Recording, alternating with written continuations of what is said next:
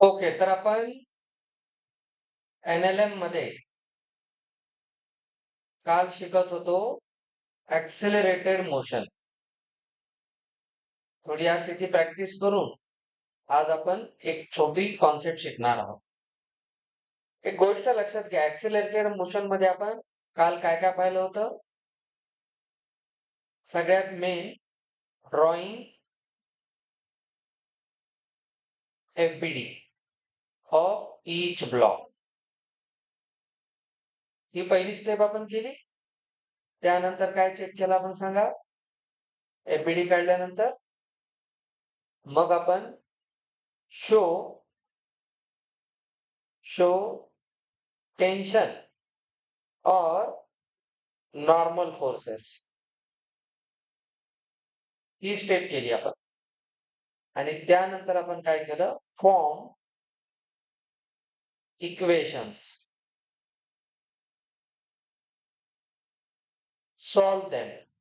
हे equation solve केल्यानंतर आपण काढलं फाइंड ॲक्सेलरेशन अँड देन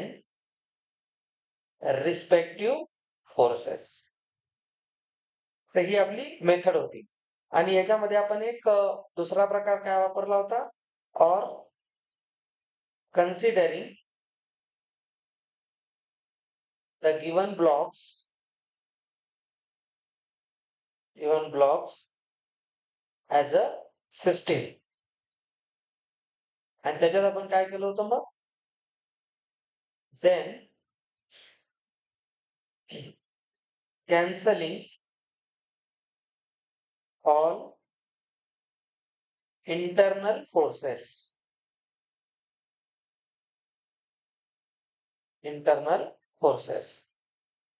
या गोष्टी आपण काल पाहिल्या होत्या. वही पेन काढायची आहे. आज तुम्हाला थोडीशी प्रॅक्टिस करायची आहे. तुला जेवढं जमेल तेवढं तू कर. चला, एक क्वेश्चन देईल मी तुम्हाला. 1-2 क्वेश्चन करा. मग एक कॉन्सेप्ट शिकू आपण. मग आपण परत कॉम्प्लेक्स नंबरचे जेईई मेन्सचे जे आपण क्वेश्चन्स करत आहोत त्याला आपण कंटिन्यू करू. जसं आता या ठिकाणी एक क्वेश्चन मी तुम्हाला दाखवतो. चला, हा बेस आहे. या बेसवर लेट्स से आपण 3 ब्लॉक्स ठेवले. या पद्धतीने this block has mass of 4 kg, this is 2 kg and this is 1 kg. आणि यावर आपण काय केलेलं आहे? या डायरेक्शन मध्ये या ब्लॉकवर 1 मिनिट, या ब्लॉकवर या डायरेक्शन मध्ये आपण एक फोर्स अप्लाय केला, दॅट इज 14 न्यूटन. एकदम बेसिक क्वेश्चन आहे. आणि हे जे ब्लॉक्स आहेत, these blocks are connected by such strings. त्या स्ट्रिंगने आपण याला जोडलेलं आहे. एकदम बेसिक आणि साधा प्रश्न आहे. तर तुम्हाला मी क्वेश्चन विचारेल. इथे बघा, ही जी स्ट्रिंग्ज आहे, स्ट्रिंग्ज आर इनएक्सटेन्सिबल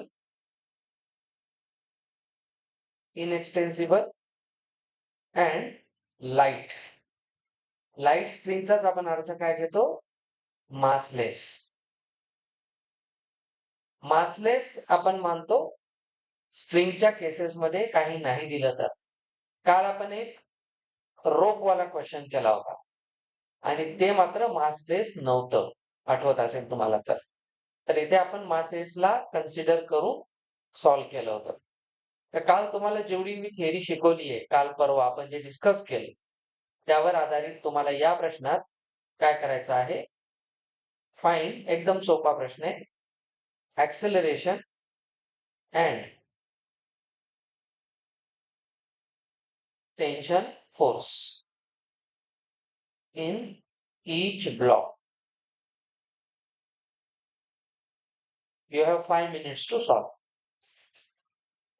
नाही, एकदा लक्ष द्या.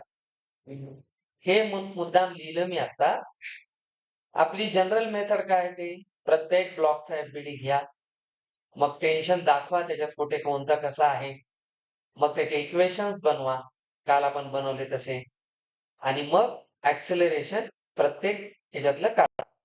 ऑर मध्ये आपण काय केलं, इंटरनल फोर्सेस नाहीत असं समजून आपण डायरेक्ट ऍक्सेलरेशन काढू शकतो.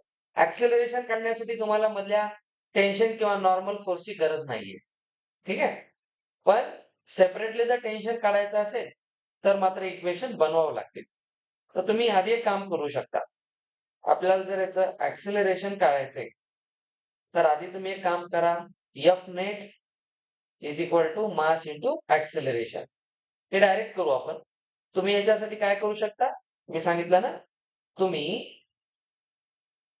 या पूर्ण ब्लॉक्सला, हे जे पूर्ण तिन्ही ब्लॉक्स आहेत यांना तुम्ही एक सिस्टीम माना. एक सिस्टीम झाली तर आपल्याला काय करावं लागेल, एफ नेट काढण्यासाठी बघा या तिघांवर लागणारा नेट फोर्स 14 आहे. कळलं की नाही? सांगा, हाच तर फोर्स आहे ना यांना पुढे घेऊन जाणारा. तर टोटल ऍज अ सिस्टीम म्हणाल तुम्ही तर ही स्ट्रिंग आणि ही स्ट्रिंग इथं नाहीये असं अज्युम करा. ते तिन्ही ब्लॉक कसे चाललेत, सोबत सोबत जात आहेत. याचा अर्थ या तिघांचं जे ऍक्सिलरेशन आहे ते फोर्सच्या डायरेक्शन मध्ये इकडे असेल. ही झाली तुमची डायरेक्शन ऑफ ऍक्सिलरेशन. आणि याच्यावर लागणारा फोर्स किती आहे, 14. तर हाच नेट फोर्स आपण 14 मानला. इथे मास ऍज अ सिस्टीम असल्यामुळे तिघांचं घ्या आणि मग इथं ऍक्सेलरेशनने मल्टिप्लाय करा. तर हे झालं 7 ए. तर इथून ए येतो 2 मीटर पर सेकंड स्क्वेअर. ऍक्सेलरेशन आलं, समजलं. पण फक्त ऍक्सेलरेशन काढा म्हणलं तर हा क्वेश्चन तेव्हा संपला. पण इथे आपल्याला टेन्शन फोर्स काढायचे, which one is the main task. सांगितलं होतं इकडे ऑलरेडी फोर्स आहे, याला टेन्शनची गरज नाही, हा फोर्सच टेन्शन देतोय. यांच्यामध्ये डायरेक्ट कोणता फोर्स नाहीये. तर आपण पाहतो या पॉइंट पासून एक टेन्शन इकडे जाईल, tension is away from the source always, आणि ह्याचं टेन्शन या डायरेक्शन मध्ये जाईल. ही स्ट्रिंग आणि ही स्ट्रिंग वेगवेगळी आहे, समजलं. या सोर्स पासून एक टेन्शन इकडे असेल आणि दुसरं इकडे असेल, पण हे आणि हे टेन्शन वेगवेगळे. इथे टेन्शन T1 मानलं तर इथेही T1च असेल, सेम स्ट्रिंग असल्यामुळे, फक्त आवेग. इथे स्ट्रिंग चेंज म्हणून टेन्शन T2 असेल तर इथे T2 होईल. आता आपल्याला इथून काही करायची गरज नाही, तुम्ही एफबीडी घ्या. चला आपण वन बाय वन ट्राय करू. आता एफबीडी मास ऑफ 1 kg याचा एफबीडी घ्या. लक्ष द्या, याच्यानंतरचा क्वेश्चन तुम्हीच करायचा आहे. याला पाहिल्यावर काय कळतं बघा, मास 1 kg वर एक फोर्स या डायरेक्शनला दिसतो, हा येतो. याच्या एफबीडी मध्ये एक फोर्स कोणता आहे, इकडे, तो आहे टेन्शन, आणि याचा मास किती आहे, 1.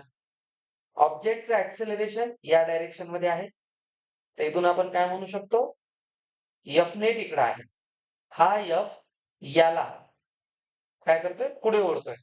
तर या टेन्शनला ओव्हरकम करून हा पुढे जातो. हा पूर्ण सिस्टीम वरचा फोर्स आहे 14. तर आपण असं म्हणू शकतो की इथं इक्वेशन काय बनेल, एफ मोठा T1 पेक्षा, F minus T1 is equal to mass, किती मास आहे 1, इंटू ऍक्सेलरेशन आपण काढले 2. तर इथून बघा हा फोर्स किती आहे 14 minus T1 is equal to 2. तर इथून T1 इकडे जाईल, हा इकडे येईल, तर T1 आला 12 न्यूटन. तर हे टेन्शन आलं, हे आलं म्हणजे हे आलं, समजलं. टेन्शन 1 आलं. आता तुम्ही मास 2 वरून काढा का मास 4 वरून काढा, T2 येणार, कुठून हे काढा, काही अडचण नाही. मला वाटतं हे जास्त सोपं जाईल. 4 kg, दोन वेगवेगळे फोर्स घ्यायची गरज नाही. आता काय करा, मास घ्या 4 kg, त्याचा एफबीडी बनवा. 4 kg ला बघा एकच फोर्स इकडे घेऊन जाणारा, याच्या इकडे फोर्सच नाही कोणताच, आणि ऍक्सेलरेशन इकडे आहे. त्याच्यावर आपल्याला एकच फोर्स दिसतो T2, आणि तोच कशाला इक्वल असणार, याचं मास इंटू याचं ऍक्सेलरेशन. आता T2 डायरेक्ट येतं बघा, मास आहे 4, ऍक्सेलरेशन 2, याच्यावरचा फोर्स असेल 8 न्यूटन. समजलं? तर T1 आणि हे या पद्धतीने आपल्याला काम करायचं. कळलं? हे असं सॉल्व्ह करा, हे तर बेसिक क्वेश्चन आहे. आज आपला जो जम्बो पेपर झाला 300 मार्काचा, त्याच्यात अशा टाईपचेच क्वेश्चन्स होते, पण थोडे बेटर अजून. पण तुम्हाला या छोट्या छोट्या ह्याच्यातून पुढे जावं लागेल. मग सगळ्यांनी 100+ घेतले जवळपास, तुम्हाला तसं तयार व्हायचंय. आता हलक्यात घेऊ नका गोष्टी. चला पुढचा क्वेश्चन बघू. ही आयडिया आली तुम्हाला काय काय करतात. नेक्स्ट क्वेश्चन घ्या. आता या क्वेश्चन साठी आपण कन्सिडर करणार आहोत व्हर्टिकल मोशन. आपण जे आत्ताचे ब्लॉक्स पाहिले होते, हे ब्लॉक हॉरिझॉन्टली पुढे मागे करत होते एका सरफेसवर. तर आपण व्हर्टिकली घेऊ, जसं आपण ब्लॉकला ब्लॉक बांधले आणि असे सोडले. व्हर्टिकल आणि हॉरिझॉन्टल मध्ये काय फरक आहे? व्हर्टिकल मध्ये ग्रॅव्हिटीचा रोल मेन आहे. म्हणजे खाली जे ऑब्जेक्ट असेल त्याच्यावर जो डाऊनवर्ड फोर्स असेल ते त्याचं वेट असेल, that is mass into acceleration. पण इथे ऍक्सेलरेशन ए नसून जी असेल. समजलं? त्याच्यामध्ये दोन टाईपचे ऍक्सेलरेशन असतात.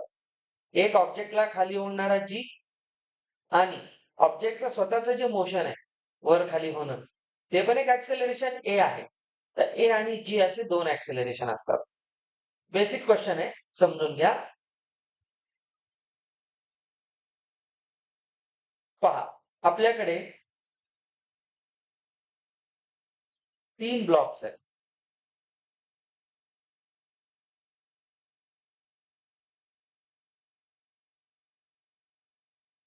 पहा, हे जे 3 ब्लॉक्स आहेत ते या पद्धतीनं कनेक्टेड आहेत. हा जो ब्लॉक आहे 2 kg, 3 kg अँड 5 kg.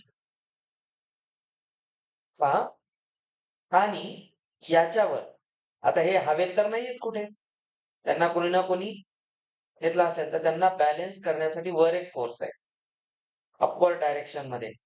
हा जो फोर्स आहे 200 न्यूटन आहे. पहा, या सगळ्या स्ट्रिंग ज्या आहेत इनएक्सटेन्सिबल आहे, मासलेस आहे. आता इथं तुम्हाला सांगितलंय the system of blocks is raised vertically. वर फोर्स लागतोय, ऑब्विस आहे यांचं ऍक्सेलरेशन कुठे असणार, या डायरेक्शन मध्ये. सगळे वर जात आहेत, ऍक्सेलरेशन अपवर्ड डायरेक्शन मध्ये आहे. बघा, फोर्स लावला 200 न्यूटन, सेम आहे. आता तिन्ही ब्लॉक्स एकाच वेळी वर जात असतील स्ट्रिंगने जोडल्यामुळे. तर क्वेश्चन असेल, find common acceleration and tension in the strings. थोडं डोकं लावा, ट्राय करा. यामध्ये तुम्ही बिलकुल ऍक्सेलरेशन काढण्यासाठी ह्याला सिस्टीम मानू शकता, पण ही सिस्टीम मानत असताना छोटीशी काळजी घ्या, ते सांगत होतो. चला, आपण जर ह्याला एक सिस्टीम मानलं, एवढ्याला एक सिस्टीम कन्सिडर केलं ऍज अ सिस्टीम, जे टोटल मास असेल या सिस्टीमचं ते असेल 2 + 3 + 5, हे 10 kg मास होईल. पण इथे जे तुम्हाला एफ नेट काढायचे त्याच्यात गोंधळ आहे. वर जाणारा फोर्स 200 आहे, पण या पूर्ण सिस्टीमला खाली या तिघांना एक मास मानलं तर हे मास किती आहे, 10. त्याला खाली कोणतं ऍक्सेलरेशन ओढत आहे, जी. तर 10 जी ने आपण त्याला खाली पण एक फोर्स लावत आहोत, तर तो 10 × 10 असेल ना, त्याच्यावर लागणारा नेट फोर्स असेल 100 न्यूटन वर जाणारा. मग आता आपण घेऊ F net is equal to mass into acceleration. F net आहे 100, मास 10 हे आलं. तर ऍक्सेलरेशन येईल 10 मीटर पर सेकंड स्क्वेअर. 20 नाही. व्हर्टिकल मोशन मध्ये इथं चूक होते. समजलं? आता हे ऍज अ सिस्टीम तुम्ही काढलं. आता टेन्शन काढणं काही अवघड नाही. टेन्शन कसं काढाल काढा. विचार करा. टेन्शन कॅल्क्युलेट करण्यासाठी आपण एफबीडी घेऊ.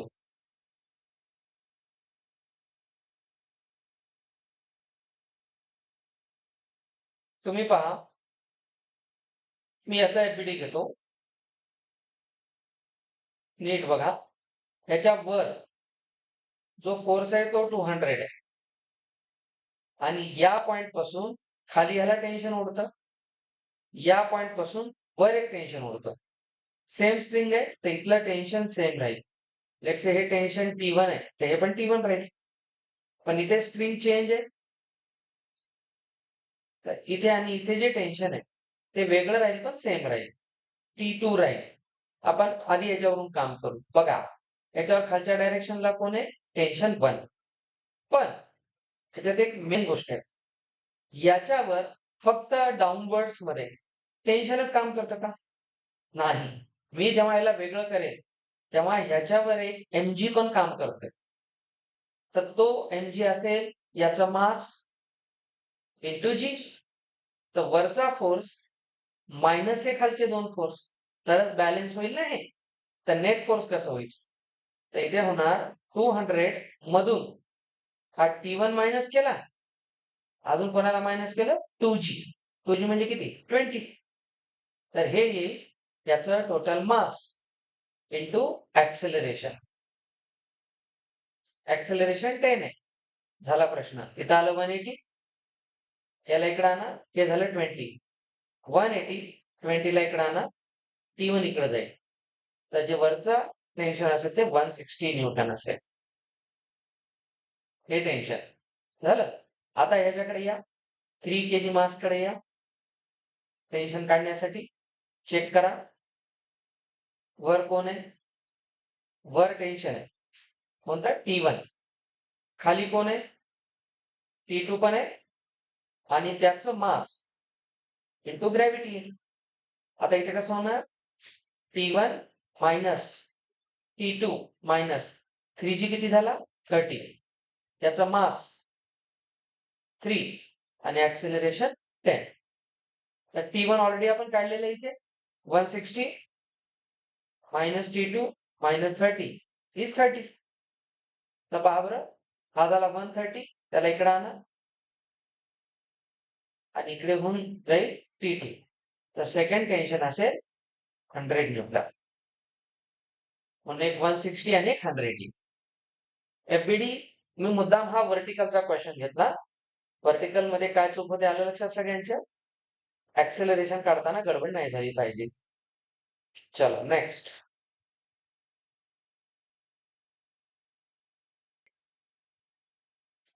एक सपोर्ट घ्या.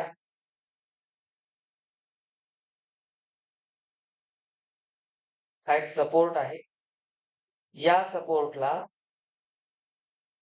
एक इथे पुली अटॅच केलेली आहे. ही जी पुली आहे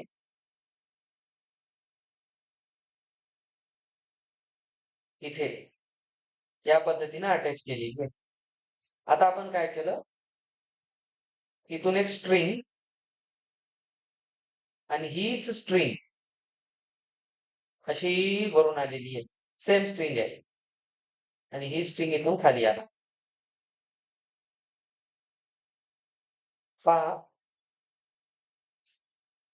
ही स्ट्रिंग आहे अशी इथून आलेली.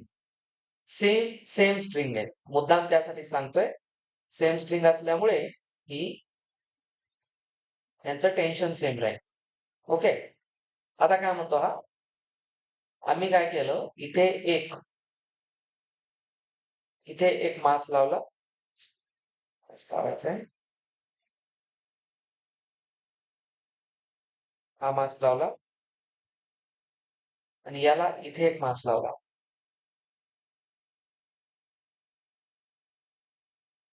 याच्यावर इथे खाली आपण हे करू. चला ठीक आहे, याची गरज नाही. हा आहे मास M1,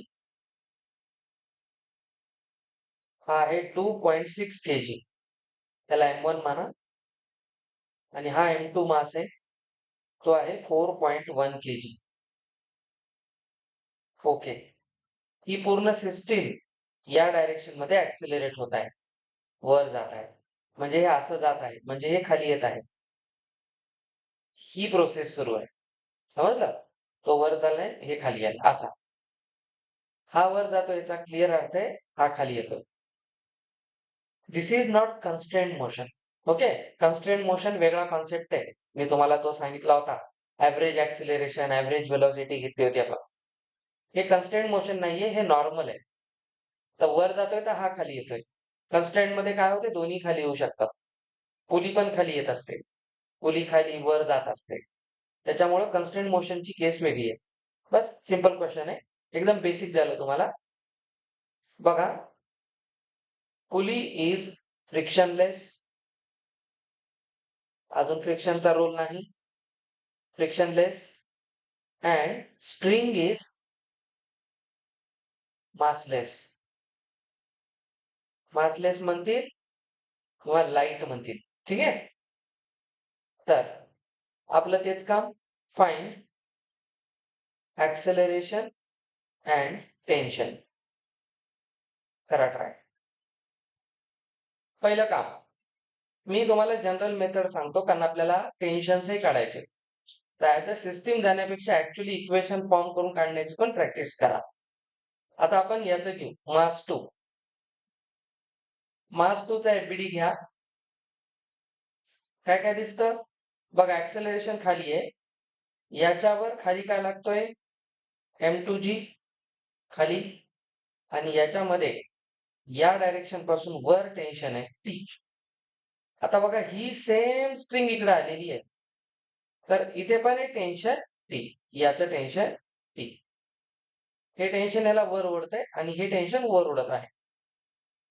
याच्यामध्ये तुम्ही बघा, याचा मास हे झालं, हे मास 2. आणि बघा, याचं ऍक्सेलरेशन वर आहे, सॉरी, याचं ऍक्सेलरेशन खाली आहे. ए सेम. आता तुम्ही इक्वेशन बनवण्यासाठी M1 चं एफबीडी घ्या. बघा, M1 मध्ये काय आहे, खाली M1G always towards the centre of earth, आणि वरच्या डायरेक्शन मध्ये टेन्शन, याचे डायरेक्शन वर आहे. पण सिस्टीम खाली येत आहे, म्हणजे M2G मोठा आहे T पेक्षा. तर पहिलं इक्वेशन काय होणार, M2G मायनस T. ही व्हॅल्यू असेल मास इंटू ऍक्सिलरेशन. आता सेम प्रोसेस आहे. हे तुमचं फर्स्ट इक्वेशन. सेकंड मध्ये पहा, इथे M1 वर जाते, म्हणजे T मोठा आहे याच्यापेक्षा, तर इथे येणार T मायनस M1G, हा असेल M1 इंटू A. बस, आता दोघांना ऍड करू आपण. मायनस प्लस कॅन्सल होईल, G कॉमन आउट करा, तर M2 मायनस M1. बघा, ऍड करतोय ना आपण, M2 मायनस M1. इकडे A कॉमन करा, M1 प्लस M2 ऍड केल्यामुळे. ओके. G ची व्हॅल्यू 10 आहे, 10 आहे. A काढायचे, तर A काय येतो पहा बरं, 10 into M2 minus M1 divided by M1 plus M2. आता मासेस ठेवून द्या, हा 10 आहे, M2 4.1, हा 2.6, आणि खाली दोघांना ऍड करा. कळलं? तर इथे किती राहिले, हे 1.5 राहिले वर. तर ऍक्सेलरेशन येतं 10 इंटू 1.5, आणि खाली किती येतं, 6.7. 6.7. तर ओव्हरऑल हा बनतो, इथे केलं तर 15 आणि खाली 6. 7. त्याच्यामध्ये जे ऍक्सेलरेशन आहे बघू यांनी किती काढले. बरोबर आहे. तुम्ही एक काम करा, याचा डेसिमल कॅन्सल करून वर असं लिहा. अप्रॉक्सिमेटली बघा, याला जातो 2 चा भाग. ते किती झाले? 2 म्हणल्यावर 134. इथं उरले 16. पॉइंट द्या 0. वापस 2 चा जातो. अप्रॉक्सिमेटली आता इथं डेसिमल मध्ये आपण मुद्दाम घेतले, कारण डेसिमल वाले आता जेई मध्ये पण विचारत आहे. त्याच्यावरून ऍक्सेलरेशन अप्रॉक्सिमेटली किती आहे? 2.2 मीटर पर सेकंड स्क्वेअर. हे झालं यांचं कॉमन ऍक्सेलरेशन. हे ज्या ऍक्सेलरेशन खाली जाते हे वर जाते. फक्त याच्यामध्ये नाही, याला प्लस मानलं तर याला मायनस मानावं लागेल. एवढाच फरक असतो. Acceleration is a vector quantity. It must carry sign with it. आता टेन्शन घ्या. टेन्शन कोणत्याही एका इक्वेशन मधून घेऊ शकता. तर आपण ही व्हॅल्यू काय करू शकतो? 2 मध्ये ठेवून द्या. कारण टेन्शन तर सेम आहे दोन्हीकडे. तर T minus m1g is equal to m1a. तर टी आपण कुठलं घेतो? इक्वेशन 2m1 च आहे, म्हणजे हेच आहे. तर याला लिहा तुम्ही टी मायनस 2.6 इंटू 10 परत 2.6 इंटू 2.2. ओके. एक काम करा, याला तिकडे पाठवून द्या. तर टेन्शन काय आहे ते बघा. 2.6 इंटू 10 प्लस 2.6 इंटू 2.2. मी मुद्दाम मल्टिप्लाय केलं नाही, मी थोडस शार्प काम करतो. मी 2.6 ला कॉमन आउट करतो आणि या दोघांना ऍड करतो. 2 वेळा मल्टिप्लाय नको. तर 2.6 इंटू किती येणार? 12.2 येणार. आता यांचं जे काही प्रोडक्ट असेल that is our tension. It's nothing but इथं दिलेलं आहे. ओके. 6 दोन्ही 12. 31.72 न्यूटन. समजलं? आता पुलीमध्ये मल्टिपल ब्लॉक सिस्टीम एक असते छोटीशी, त्याच्याकडे एक लक्ष द्या. एक लास्ट क्वेश्चन याच्यात करा. मी आता तुम्हाला उद्याच्या लेक्चरमध्ये ह्याच्यात वेज कन्स्ट्रेंट एक शिकायचं आपल्याला. वेजचे कन्सेप्ट आणि कन्स्ट्रेंट मोशनला परत एकदा रिवाइज करायचं. स्प्रिंग फोर्स एक शिकायचा. उद्या 3 गोष्टी होतील. मग आपलं राहतं फ्रिक्शन. कारण मग याचे सगळे हे भाग संपतात. चलो, वन मोर क्वेश्चन.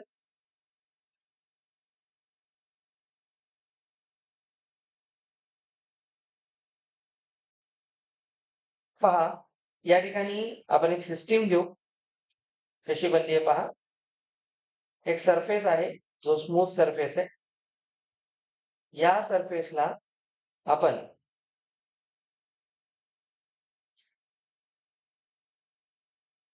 इथे एक पुली आहे.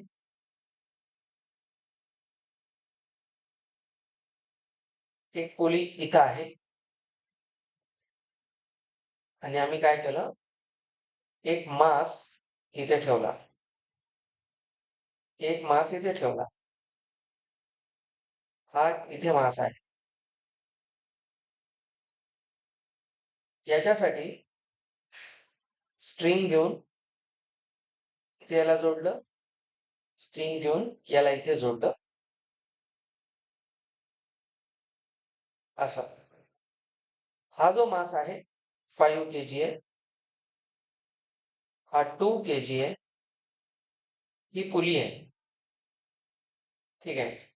हा 3 kg आहे. आणि आपण इथं पाहत आहोत या डायरेक्शन मध्ये ऍक्सेलरेशन आहे. आणि ही स्ट्रिंग थोडंसं समजून घ्या. ही स्ट्रिंग इथून येऊन याला जोडली आहे. ठीक आहे. आणि ही स्ट्रिंग इथून येऊन याला जोडली आहे. 2 आर डिफरंट स्ट्रिंग्स. स्ट्रिंग वेगवेगळे आहेत. आपला तोच प्रश्न, find acceleration and tension. Try करा लास्ट. पण पॉज केलं, सांगावं की नाही? हे रेकॉर्डच झालं नाही. लक्ष ठेवत जायच्याकडे. कळलं तुम्हाला? हा, नंतर पीडीएफ मध्ये पहा. सिस्टीमला अनालाइज करता आलं पाहिजे. पूर्ण एनएलएम आहे. सिस्टीमला तुम्ही पाहता कसं. फिजिक्स फक्त कॅल्क्युलेशनचा विषय नाही. त्याच्यात तुम्हाला अनालिसिस करावं लागतं, काय होत आहे ऍक्च्युली. आणि फिजिक्स त्याच्यामुळं समजायला का सोपं आहे, की हे आपण एक्सपिरियन्स करू शकतो, की असं-असं होत असेल. असं दुसऱ्या सब्जेक्ट्समध्ये डायरेक्ट होत नाही. चला, तर ह्याला आपण इथे थांबूया.